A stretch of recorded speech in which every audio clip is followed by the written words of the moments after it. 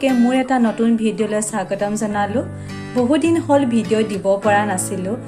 আশা কৰিছোঁ আপোনালোক সকলো ভালে আছে। আচলতে মই ব্লক পেইণ্টিং কৰিবলৈ লৈছোঁ।